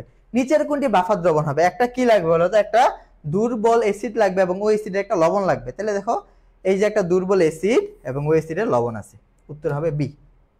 চলো পরবর্তীতে যাই। কোনটি অম্লীয় বাফার হবে? তাহলে কি লাগবে বলো তো? আমার অ্যাসিডের পরিমাণ বেশি থাকতে হবে। তুমি এখানে সরাসরি গুণ করো, এটা দিয়ে গুণ করলে 3, এটা করলে 2, তাহলে 3 2, মানে এটা 1 নাম্বার উত্তর। কারণ এখানে অ্যাসিড বেশি হবে না, সরি ভাই, এটা কি এসিএল থাকলে তো বাফারই হবে না, কারণ দুর্বল অ্যাসিড লাগবে। দুর্বল অ্যাসিড এটা আছে, তাহলে এটা কত? 1 1, তাহলে এটা কি ইকুয়াল হয়ে যাচ্ছে। এটাও 3 ml, এটাও হয়ে যাচ্ছে 3 ml, মানে নিউট্রালাইজ হয়ে যাচ্ছে, এটা হবে না। তাহলে এটা হবে কত? 3, এটা হবে কত? 2 2, তাহলে এটা হবে 2 মোলার, এটা হবে 3 মোলার। এখানে এক্সট্রা 1 মোলার অ্যাসিড থেকে যাবে, সো আমার অ্যাসিড বাফার কে হবে? সি হবে আমার অম্লীয় বাফার, সি হবে আমার অম্লীয় বাফার। আশা করি এটাও বোঝা গেল। এটা কি বুঝছো? এটা ক্লিয়ার? তাহলে বাফার দ্রবণ হবে কি হবে না এই রিলেটেড প্রশ্ন আসলে যেন তোমরা এই জিনিসগুলোর উত্তর করতে পারো। চলো পরবর্তীতে যাই। অম্লীয় বাফার দ্রবণের পিএইচ এর সূত্র কি? Henderson Hasselbalch equation. PH is equals to pK plus log লবণ বাই অম্ল, সল্ট বাই অ্যাসিড, এই যে প্লাস লবণ বাই অম্ল। এটা সরাসরি মুখস্থ জিনিস, কিন্তু ভাই কোশ্চেনে কিন্তু ঘুরাই দিতে পারে। যদি উপরে অম্ল দেয় নিচে লবণ দেয় তাহলে কিন্তু এখানে মাইনাস হয়ে যাবে। এটার একটা এক্সটেন্ডেড ভার্সন সূত্র কি জানো? এটাকে আমরা আবার এভাবে লিখতে পারি, পিএইচ ইকুয়াল পিকে প্লাস ছিল তো লগ, এখানে কি লবণ বাই অম্ল না, আমি যদি অম্ল বাই লবণ লিখি, অম্ল বাই লবণ লিখি তাহলে এখানে কি হয়ে যাবে? এখানে মাইনাস হয়ে যাবে। বুঝা গেল? একটু মনে রাখতে হবে, অপশন কিন্তু এরকমও সেট করা থাকতে পারে। চলো পরবর্তীতে যাই। 1 molar acidic acid 1 molar sodium ইথানয়েড মিশ্রণের পিএইচ কত? এটা বের করতে পারবা না? পারার তো কথা। এই যে আমি এখন সূত্র শিখাইলাম, পিএইচ ইকুয়াল পিকেএ প্লাস লগ লবণ বা salt, N of salt N of acid. বুঝা গেল? তাহলে পিকে মানে কি? পিকে মানে হচ্ছে মাইনাস লগ অফ কে। পিকে মানে কি? Minus log of k plus log. দেখো এখানে 1 মোলার বলা আছে, তাহলে 1 ডিভাইডেড বাই 1, তাহলে লগ 1 এর মান কত হয়ে যাবে? লগ 1 এর মান হয়ে যাবে 0, তাহলে মাইনাস লগ অফ কে। এখন এটা কি অ্যাসিড? ইথানোয়িক অ্যাসিড, এটা মনে রাখতে হবে। ইথানোয়িক অ্যাসিডের কে এর মান কত? মাইনাস লগ অফ কে এর মান হচ্ছে 1.8 into 10 to the power minus 5 ethanoic অ্যাসিডের, আর ফর্মিক অ্যাসিডের হচ্ছে 10 টু দি পাওয়ার মাইনাস 4। এটা একটু আগে বলছি। তাহলে এখানে ক্যালকুলেটর চাপলে যেটা উত্তর আসবে সেটাই হচ্ছে আমার উত্তর হবে। ক্যালকুলেটর চাপলে आंसर কত আসবে জানো? এই যেটা আসবে 4.74 আসবে, 4.74 আসবে। ক্লিয়ার? এটা ক্লিয়ার? বুঝা গেল? চলো আমরা পরবর্তীতে যাই। 0.1 molar acidic acid 0.1 molar sodium acid, একই প্রশ্ন। তাহলে এখানে কে এর মান দিয়ে দিছি, তাহলে উত্তর কি হবে? 4.76। একই প্রশ্ন দুইবার আসছে, বুঝছো? যাই হোক পরবর্তীতে যাই। ও আরহেনিয়াস যে প্রোটন দিতে পারে এগুলো পড়া হয়ে গেছে, আমরা জানি। আমাদের ক্লাসটা তেমন কিছু নাই, অ্যাসিডের তীব্রতা শিখাই ফেলছি। এই যে এখানে একটু পড়াশোনা আছে। হ্যাঁ, কে কোন নির্দেশক কোথায় ইউজ করা হয়? দেখো একটা জিনিস লক্ষ্য করো, নির্দেশকগুলো অম্লীয় মাধ্যমে কি বর্ণ দিবে আর হচ্ছে ক্ষারীয় মাধ্যমে কি বর্ণ দিবে। হ্যাঁ, ক্ষারীয় মাধ্যমে কি বর্ণ দেবে, এটা কেমনে মনে রাখবো? আমরা যেগুলো প্রতি বছর পরীক্ষা আছে সেগুলো শিখবো। হ্যাঁ, সেগুলো শিখবো। আমি যে কয়েকটা লিখে দিচ্ছি এগুলোর বাইরে কিছু আসবে না। একটা জিনিস মনে রাখবা, মিলা হক, কি বললাম? মিলা হক, এটা। আর এখানে মনে রাখবা প্রথমে হচ্ছে অ্যাসিড, এখানে মনে রাখবা, এখানে প্রথমে মনে রাখবা অ্যাসিড, পরে মনে রাখবা ক্ষার বা বেজ। বুঝা গেল? এখন দেখো মিলা, এই ময় রশ্মিকারতে কি মনে রাখবো? ময় রশ্মিকারতে মনে রাখবো মিথাইল অরেঞ্জ,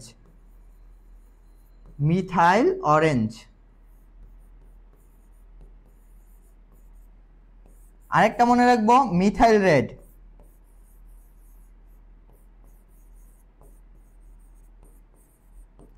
আরেকটা মনে রাখবো থাইমল ব্লু।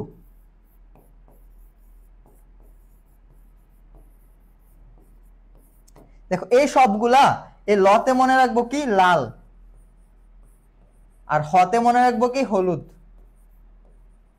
প্রথমে কি বলছিলাম? প্রথমে অ্যাসিড পরে ক্ষার, তাহলে এই তিনটা জিনিস অম্লীয় মাধ্যমে দিবে হলুদ, আর ক্ষারীয় মাধ্যমে অম্লীয় মাধ্যমে দিবে লাল, ক্ষারীয় মাধ্যমে দিবে হলুদ। বুঝা গেল? অম্লীয় মাধ্যমে দিবে লাল, ক্ষারীয় মাধ্যমে দিবে হলুদ। দেখো যেটা যেটা বলতেছিলাম, এই যে methyl orange, methyl red, thymol blue এখানে দেয় না, এই যে থাইমল ব্লু দেয় নাই। হ্যাঁ, থাইমল ব্লু অন্য বই ছিল। তারা অম্লীয় মাধ্যমে কি দিবে? মিলা হক, লাল। আর ক্ষারীয় মাধ্যমে কি দিবে বলতো? ক্ষারীয় মাধ্যমে হবে হলুদ। মিলা হক দিয়ে আমার এই দুইটা শেষ। বুঝা গেল? মিলা হক দিয়ে এই দুইটা আমার শেষ। তারপরে মনে রাখবা এই যে লিটমাস, এটা সবাই মনে রাখে, এটা হচ্ছে লাল আর হচ্ছে নীল। এটা আমরা ছোটবেলা থেকে 9 থেকে পড়ে আসছি। আর কোনটা মনে রাখতে হবে? ফেনফথেলিন মনে রাখতে হবে। ফেনফথেলিন হচ্ছে বর্ণহীন অম্লীয় মাধ্যমে, আর ক্ষারীয় মাধ্যমে হচ্ছে তোমার লালচে বেগুনি, লালচে বেগুনি। আর কিছু মনে রাখা লাগবে না। এই ফেনল রেডটা মনে রাখবা, ফেনল রেডটা মাঝে মাঝে আসে, সেটা হচ্ছে হলুদ হবে আর হচ্ছে লাল হবে। কি হবে? লাল হবে। বুঝা গেল? তাহলে আশা করি এই 4 থেকে পড়বা। আর পিএইচ কোনটা কোনটা শিখবা? শুধু methyl orange, methyl orange, methyl red, litmus, phenol red আর ফেনফথলিন, এই 4টা পেজ মনে রাখবা। তাইলেই তোমার সিকিউতে, সরি এমসিকিউতে আটকাবা না। চলো পরবর্তীতে যাই। আর কিছু কি বাকি আছে? আর কিছু বাকি নেই। আচ্ছা, পিএইচ রিলেটেড কয়েকটা কোশ্চেন দেখায় শেষ করে দিচ্ছি ক্লাস। দেখো পিএইচ কি বলছিলাম, যদি দশমিকের পর 1 থাকে কি হবে? দশমিকের পর যত করে তার পিএইচ কত? পিএইচ কত? 4। দেখো এটা কি ডাইপ্রোটিক অ্যাসিড, তাহলে আমাকে 0.005 আছে, এটাকে 2 দিয়ে গুণ দিতে হবে, তাহলে কত হবে? 10 হয়ে যাবে। তাহলে দশমিকের পরে কয় ঘর আছে বলো তো? দশমিকের পরে 2 ঘর, 3, হ্যাঁ 2 ঘর, তাহলে তার পিএইচ কত হবে? 2 হবে। এগুলো সহজ কোশ্চেন। তাহলে মোটামুটি এগুলো যদি তোমরা পারো, তোমাদের এখন ক্যালকুলেটর ছাড়া আপাতত শেখা লাগতেছে না, যেগুলো দেখাইলাম ওগুলো যদি পারো, তোমাদের এই চ্যাপ্টার থেকে মোটামুটি সবকিছু ডান হয়ে গেল। তবে আর একটা জিনিস বাকি আছে, সেটা হচ্ছে অ্যাটম ইকোনমি। কি বললাম? Atom economy. এই অ্যাটম ইকোনমি সংজ্ঞাটা ভালো করে পড়বা। আর বইয়ে 2টা উদাহরণ দিয়েছে, একটা হচ্ছে গ্রিনার্ড পদ্ধতি, বেনজিন থেকে কি তৈরি বলতো? মেলিক অ্যানহাইড্রেট তৈরি। আরেকটা হচ্ছে তোমার বিউটেন থেকে। এই 2টার মধ্যে তোমার কোনটার মধ্যে পার্সেন্টেজ কত? একটা হচ্ছে তোমার 44.1%, একটা হচ্ছে 57.6%। যেটা হচ্ছে বেটার, সেই জিনিসটা জানতে হবে। তাহলে আজকের ক্লাসটা তোমাদের সাথে আমার এই পর্যন্তই থাকলো। তোমাদের সাথে দেখা হবে পরবর্তী একটা ক্লাসে।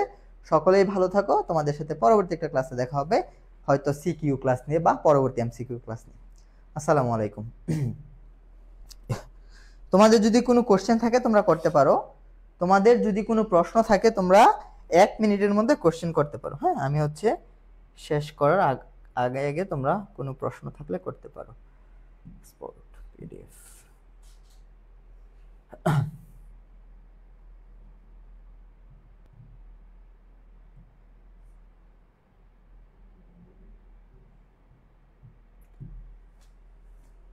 কারো কোনো কোশ্চেন আছে?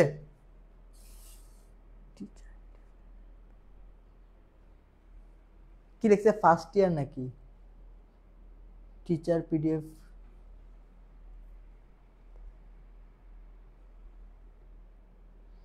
টিচার পিডিএফ কিভাবে নিবা? পিডিএফ দিয়ে দেওয়া হবে। হ্যাঁ, তোমাদেরকে যারা যারা হচ্ছে পোস্ট মানে আজকে ক্লাস শেয়ার করছো, ফ্রেন্ডদেরকে মেনশন দিছো, তাদেরকে পিডিএফ দিয়ে দেওয়া হবে। তাহলে আজকে ক্লাসটা আমরা এখানেই শেষ করে দিতে পারি। সকলে ভালো থাকো। আসসালামু আলাইকুম।